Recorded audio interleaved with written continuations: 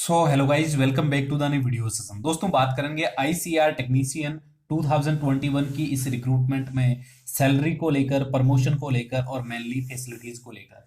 आपने काफी सारे लोगों से सुना होगा कि ये वैकेंसी फेक है, इसमें चिटिंग होगी, इसमें सीटें बिक चुकी है, ये प्राइवेट है, इसका फॉर्म भरने से कोई फायदा नहीं है, मत भरो, कुछ नहीं मिलेगा। आपने बहुत सारी अफवाहें सुनी होगी, लेकिन मैंने आपको जनरली स्टार्टिंग से मैं आपको बता रहा हूं कि अगर आप अपनी प्रिपरेशन पे फोकस करते हैं तो डेफिनेटली आप इसमें सिलेक्शन ले लेंगे और ये परमानेंट रिक्रूटमेंट है, आपको डरने की कोई आवश्यकता नहीं है। अभी दोस्तों, सैलरी को लेकर जो भी डाउट्स है वो इस वीडियो में क्लियर हो जाएंगे। प्रमोशन को लेकर जो भी बातें पूछनी है वो भी हो जाएगी और मेनली जो फैसिलिटीज मिलती है वो भी मैं आपको बताने वाला हूँ। एक बड़ा सवाल कि ट्रेनिंग टाइम में सैलरी मिलती है या फिर नहीं मिलती है, और ट्रेनिंग टाइम के दौरान फैसिलिटीज क्या क्या मिलती है मैं आपको बता दूं। इसकी जो सैलरी है वो सुन के आपके होश उड़ने वाले हैं। चलिए शुरू करते हैं वीडियो।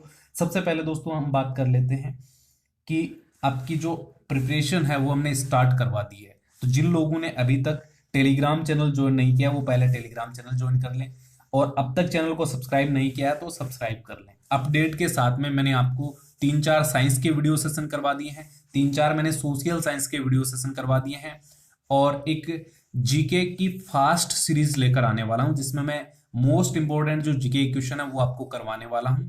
ठीक है, और लाइव वीडियो सेशन भी आपके लिए मैं लेकर आऊंगा अगर आप ज्यादा डिमांड उसकी रखेंगे तो। बाकी दोस्तों, अभी मैं आपको अपलोडेड सेशन है वो दे रहा हूं। ठीक है, टेलीग्राम चैनल पे मैं आपको स्टडी मटेरियल भी प्रोवाइड करवा रहा हूं, तो डेफिनेटली एग्जाम में आपको इस चैनल से हेल्प मिलने वाली है। इसलिए आप चैनल को सब्सक्राइब कर लीजिए और टेलीग्राम पर जुड़ जाइए ताकि आपको हर तरह का नोटिफिकेशन मिलता रहे, हर तरह की जानकारी मिलती रहे। चलिए अब बात करते हैं दोस्तों सैलरी की। सैलरी फर्स्ट पोस्टिंग, पहले हम फर्स्ट पोस्टिंग की बात करेंगे, बाद में ट्रेनिंग की बात करेंगे। फर्स्ट पोस्टिंग में आपको ग्रेड पे मिलने वाला 2,000 रुपए। ठीक है, बेसिकली अगर मैट्रिक लेवल की कोई रिक्रूटमेंट होती है तो उसमें फर्स्ट पोस्टिंग पे ग्रेड पे मिलता है 1,800 रुपए, लेकिन इसमें देखिए आपको मिल रहा है 2,000 रुपए ग्रेड पे। सैलरी कितनी रहेगी तो पर मंथ 28 से 30,000 रुपए आपकी सैलरी बन जाएगी। ठीक है, फर्स्ट पोस्टिंग के दौरान ही। इसके बाद में अदर फैसिलिटीज भी इसमें रहती है।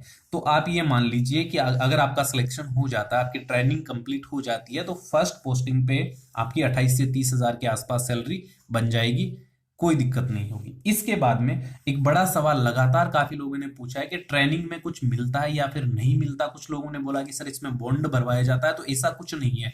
ना तो 3 लाख का बॉन्ड भरना होता, ना 6 लाख का बॉन्ड भरना होता, ना कोई सिक्योरिटी आपको डिपॉजिट करवानी होती है। ठीक है, ट्रेनिंग के दौरान आपको फिक्स पे दिया जाता है जो अप्रोक्सीमेटली 15,000 के आसपास है। इसमें क्या होता है कि जो फिक्स पे होता है उसमें कभी तो जो रिक्रूटमेंट होती है, कुछ रिक्रूटमेंट उसमें तो पूरा दे दिया जाता है, और कुछ रिक्रूटमेंट में 50% इन हैंड दिया जाता है और 50% डिपॉजिट होता रहता है। ठीक है, आपका वो एक साथ आपको मिल जाता है। बाकी मेरा ये मानना है कि इसमें आपको 15,000 के आसपास जो फिक्स पे है वो दिया जाएगा पर मंथ। ठीक है, इसके बाद में फैसिलिटीज के बारे में भी बताऊंगा, वापस सैलरी पे आऊंगा, वो भी आपको बताने वाला हूँ। प्रमोशन की बात करते हैं दोस्तों। प्रमोशन देखिए एवरी 5 ईयर, प्रत्येक 5 साल में इसमें प्रमोशन होता है। ठीक है, और डिपार्टमेंट में प्रमोशन होता रहता है। ऐसी बात नहीं कि आप T1 पे सिलेक्ट हो तो T1 पे ही आपको नौकरी करनी, बिल्कुल नहीं है। आपका प्रमोशन होगा, लेकिन ये डिपेंड करता है आपकी जॉब परफॉर्मेंस पर। आपकी अगर जॉब परफॉर्मेंस अच्छी है, आपने अच्छा काम किया, अपनी ड्यूटी को बेहतरीन तरीके से किया है, तो आपका प्रमोशन श्योर है, कोई नहीं रोक सकता है। दूसरी बात ध्यान रखिएगा कि एजुकेशनल क्वालिफिकेशन भी इसमें रिक्वायर्ड होती है, क्योंकि जैसे हम बात करें अगर T3 की, T2 की बात करें तो उसमें क्या होता है, 12th पास या ग्रेजुएशन कंप्लीट होना जरूरी है।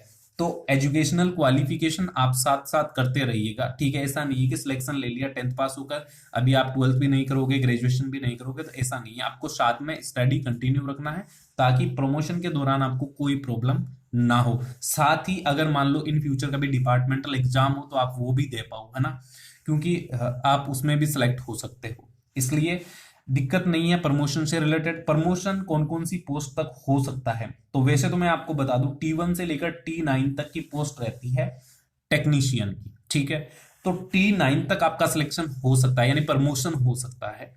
अब क्या होता है ना कि T9 पर सारे तो नहीं जा सकते हैं, क्योंकि कुछ लोग ऐसे होंगे जो 28 के हो जाएंगे ज्वाइनिंग लेते लेते 28 साल के, तो वो तो पहले ही रिटायरमेंट ले लेंगे। लेकिन जो अभी मान लो 20 साल 21 साल 19 साल की एज में सिलेक्शन ले लेगा, उसका डेफिनेटली प्रमोशन होते होते वो T9 तक चला जाएगा। बाकी अप्रोक्स अगर मैं बात करूं तो T6 तक तो हर कोई पहुंच ही जाता है, ठीक है। T6 तक तो हर कोई पहुंच जाता है। अभी हम बात करेंगे कि इस लेवल पर आपकी सैलरी क्या रहेगी। इससे पहले देखो मैं आपको इसकी फैसिलिटीज के बारे में बता दूं कि मेनली कौन कौन सी फैसिलिटीज आपको मिल जाती है। तो देखो ट्रेनिंग के दौरान ही आपको लाइब्रेरी, ट्रांसपोर्ट, कैंटीन और डिस्पेंसरी की फैसिलिटी तो मिल ही जाती है। ये तो ट्रेनिंग पीरियड के दौरान ही मिल जाती है। फिक्सेशन के बाद में देखिए आपको डीए मिलेगा, टीए मिलेगा, एचआरए मिलेगा, एनपीएस फैसिलिटी है, ओटीए, ओवर टाइम के भी अलग से पैसे आपको दिए जाते हैं। बाकी लीव्स आपको छुट्टियां भी इसमें मिल जाती है, ठीक है। और छुट्टियां बाकी डिपार्टमेंट के अकॉर्डिंग इसमें रहती है। वर्कलोड उतना ज्यादा नहीं होता, आप सेल्फ स्टडी साथ में स्टडी आप कर सकते हैं, आपको अच्छा भला टाइम मिलेगा एंजॉय करने के लिए भी। तो बिल्कुल टेंशन नहीं लेना है टाइम से रिलेटेड, ठीक है। अब देखिए अगर मैं बात करूं कि प्रमोशन अगर T9 तक होता है तो सैलरी कहां तक जाती है, तो मैं आपको एक आइडिया दे रहा हूं कि अगर T9 तक आपका प्रमोशन हो जाता तो आपकी सैलरी अप्रोक्स 1,50,000 से 1,70,75,000 रुपए तक आपकी सैलरी हो सकती है। ये मैं आपको संभावित अप्रोक्सीमेटली सैलरी बता रहा हूं।